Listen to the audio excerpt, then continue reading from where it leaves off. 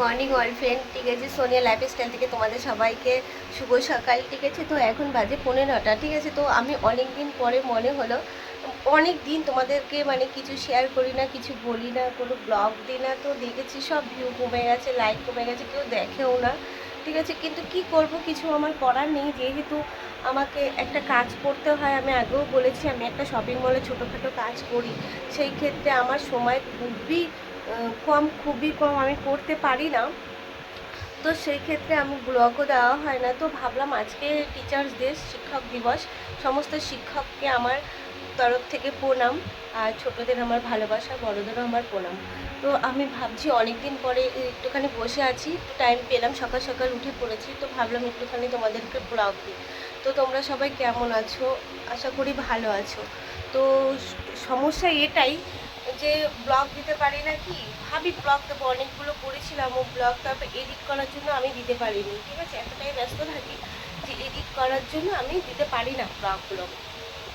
তো সেই ক্ষেত্রে ভাবলাম তোমাদেরকে অনেকদিন পরে একটা ছোটো একটু বিজ্ঞাপনটা অন্তত দেওয়াই যায়, তোমাদের সাথে একটু কথা বলাই যায়।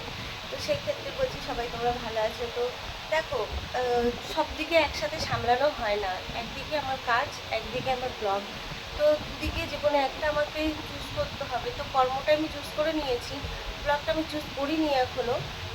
সেটা ভালো লাগে, আমি ব্লগ দিই, ঠিক আছে। আমার ভালো লাগে, আমি আগাগোড়াই টিকটক থেকে মানে একটু ভিডিও করতে ভালোবাসি। লাইভ ভিডিও ছিল তখন একটু লাইভ ভিডিও করতে ভালোবাসি। এটাই, মানে এমন কিছু কখনো ভাবিনি যে এর থেকে ইনকাম করবো কিংবা কিছু। তো এখন শুনছি এখান থেকে ইনকামও হয়। তো ইনকাম করবো, তো একদিকের ইনকাম তাহলে আমাকে ছাড়তে হবে।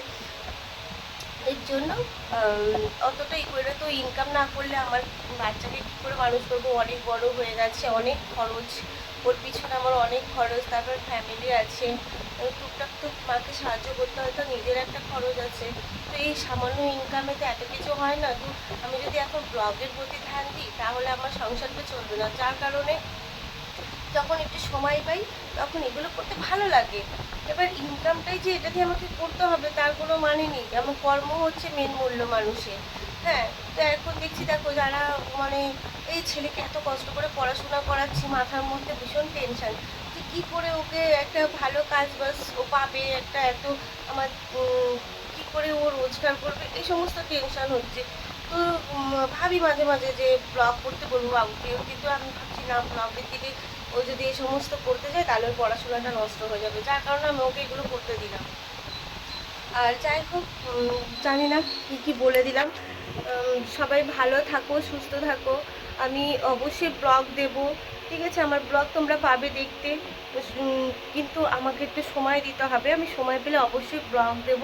তা মনে হলো একটু তোমাদের সাথে শেয়ার করি। শেয়ার করার তো অনেক কিছুই আছে, কিন্তু সময়টাই পাই না যে শেয়ারগুলো করব, যার কারণে আর কি বলবো, লাইফ থেকে ঝড় ঝাপটা অনেক কিছুই সহ্য করতে হচ্ছে করে আজকে এইখানটায় এসেছি। যাই হোক, এখন আর অতটা দুঃখ প্রকাশ করি না। যখন দুঃখ করার ছিল সেই সময়টা আমার কাছে কেউ ছিল না, না মানে কারো সাপোর্ট পাইনি। খালি আমার বাপের বাড়িতে আমার মা আর আমার ভাই প্রচণ্ড প্রধান আমার কাছে। আমার আমার ছেলের জন্য শিক্ষক হচ্ছে ওরা, কেননা আমার মা আর আমার ভাইটা না থাকলে আজ আমি আমার ছেলেকে মানুষ করতে পারতাম না। আজ আমার ছেলে বিয়ে ফার্স্ট ইয়ার পড়ছে, ঠিক আছে। তো সেই ক্ষেত্রে আমি এটাই বলতে চাইবো যে আজকে আমার মা ভাই না থাকলে ভাবি বসে বসে যে আজকে যদি আমার মা ভাই আমার পাশে না থাকতো আমি কী করে ছেলেকে মানুষ করতাম, অনেক কষ্ট হতো। হয়তো আজকে ছেলেকে মানুষও করতে পারতাম না। একটা ভালো জায়গাতে ছেলেকে নিয়ে গেছি, ভালো ছেলে আমার আইটিআই হোটেল ম্যানেজমেন্ট করছে। তো আমি সেই ক্ষেত্রে ভাবছি যে আজকে যদি আমার মা ভাই না থাকতো হয়তো আমি পারতাম না, কাজ করবো না আমার ছেলেকে মানুষ করবো, দুটো দিক সামলানো কখনোই যায় না। তো সেই ক্ষেত্রে আজকে মা ভাইয়ের প্রচণ্ড অবদান, ওরা না থাকলে আজকে হয়তো আমি আর আমার ছেলেকে মানুষ করতে পারতাম না। তো অনেক কথা আছে যেগুলো আমি তোমাদের সাথে শেয়ার করবো, যেগুলো করতে পারি না, সময় পাই না।